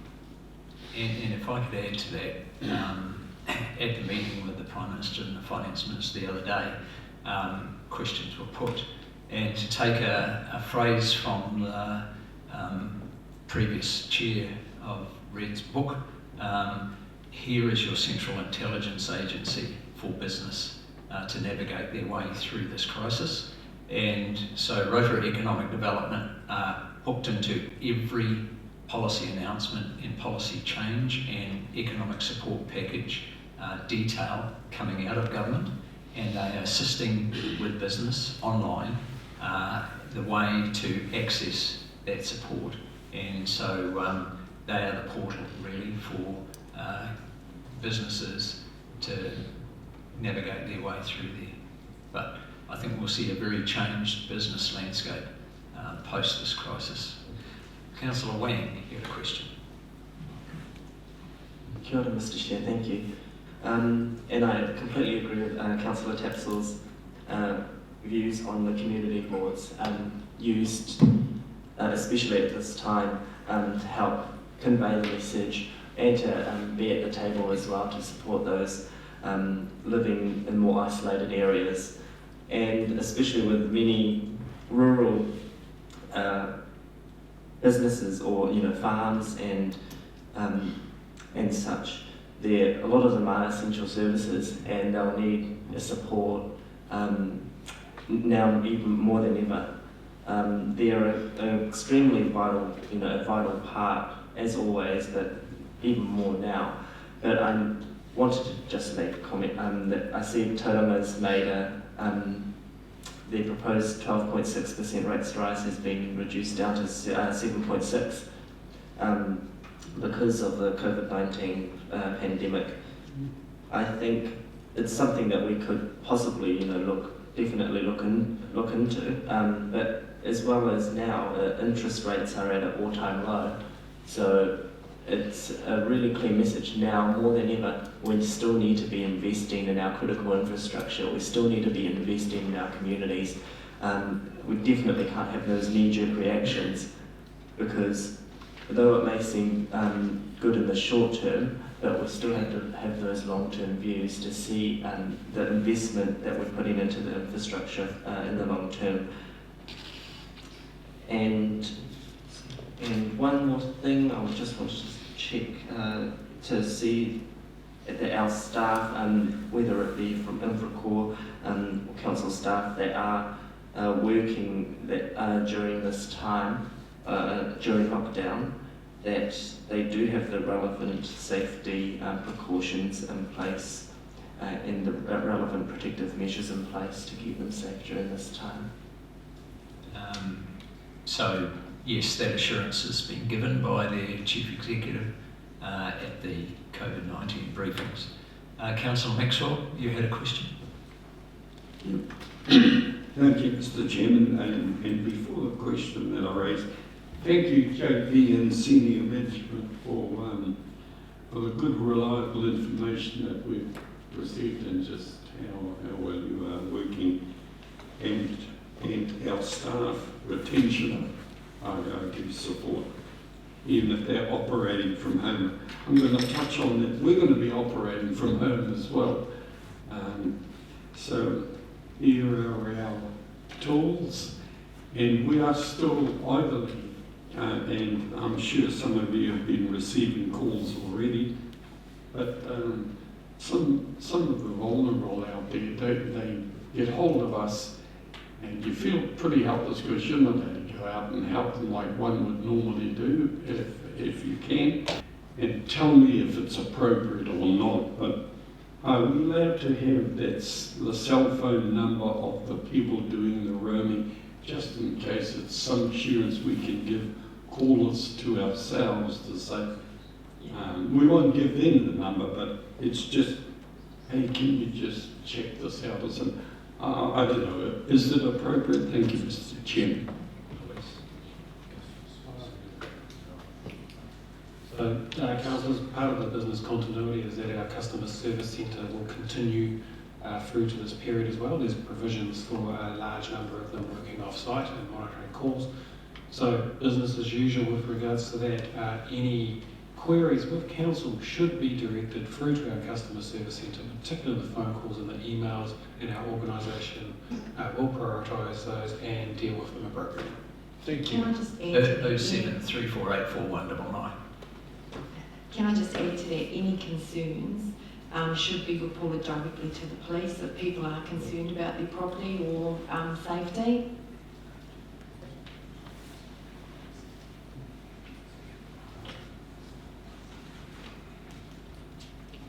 Sorry, Councillor Kumar, you had another question, then Councillor Yates. Thank you, Chairperson. Through the Chair, this is not a knee-jerk reaction as to what some fellow councillors have said. This is a world crisis. This is a complete new order that we are seeing. This 4-week lockdown is just a way that the government can control the curve of it not spreading. It is given an opportunity also for them to see what could be done and how things could be provided. Last night, some of the essential services were upgraded because they were coming up to realize, yes, that certain things could be possible, certain things couldn't be possible. They were told certain businesses.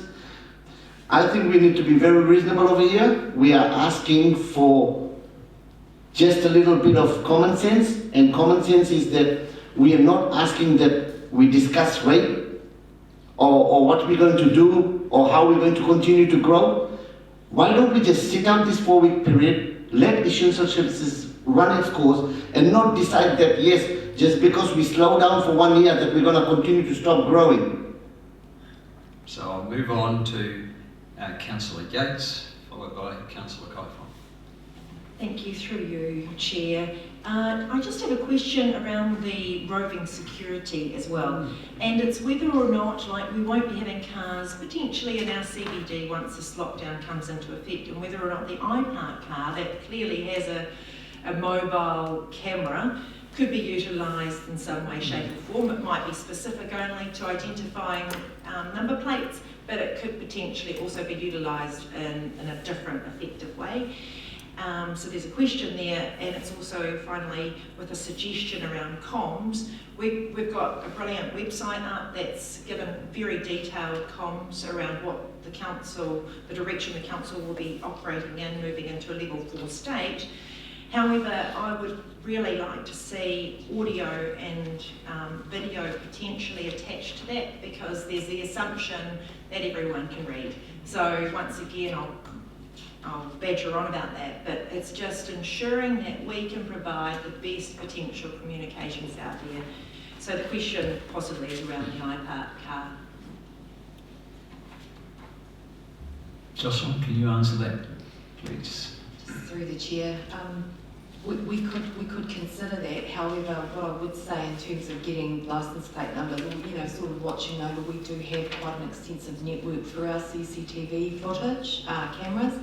They cover the whole city, the city where we would have the iPark car going anyway, and they cover all of the traffic lights and the parks and stuff where the car couldn't go. So we can look at that. I'll get my team to consider that, and if it's appropriate, then we'll look to utilise it. But we do have, just want to reassure the councillors that we do have a really good network across the city with the CCTV cameras.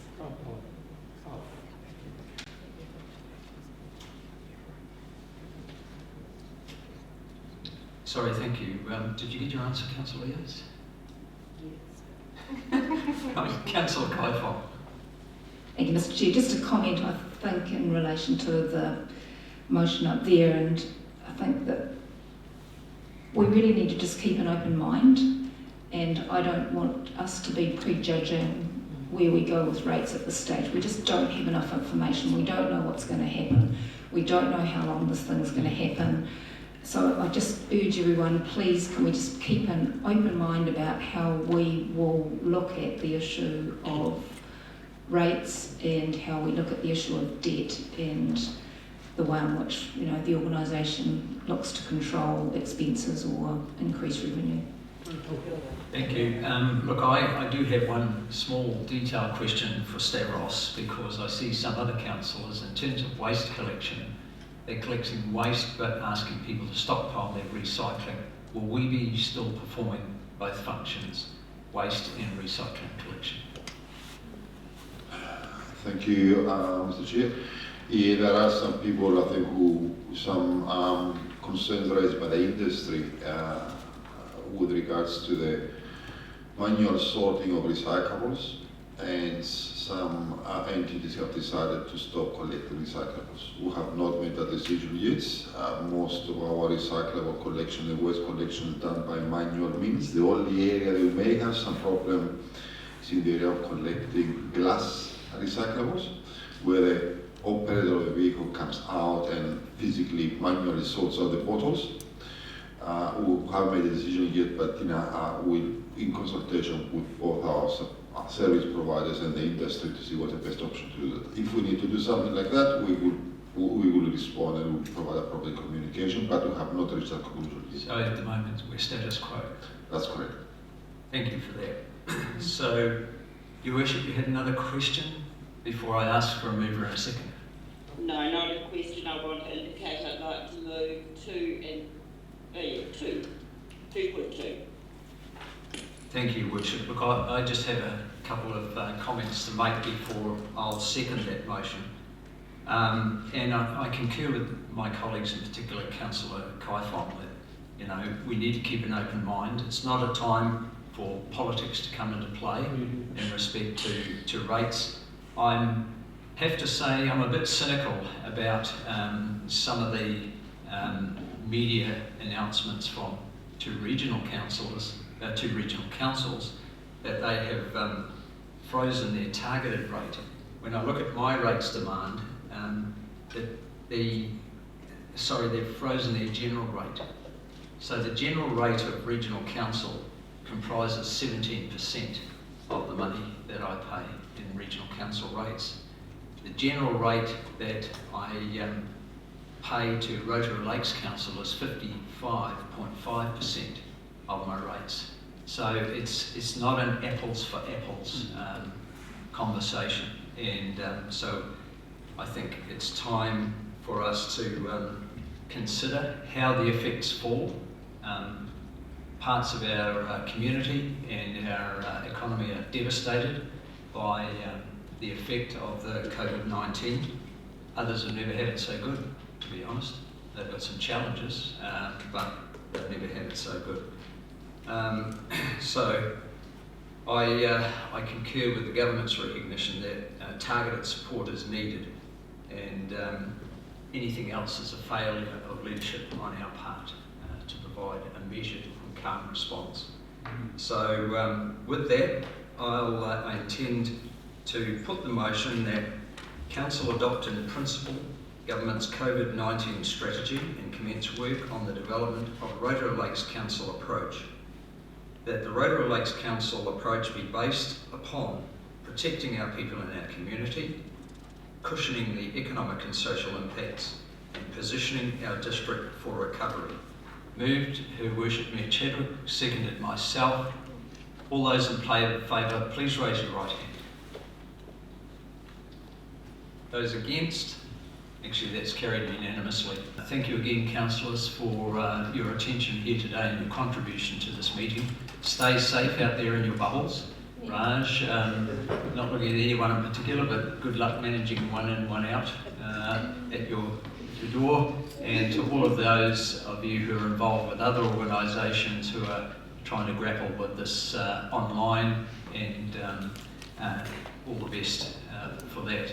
We will be in touch in the near future with further communications going forward. So thank you again, and with that I'll declare the meeting closed. Kia ora.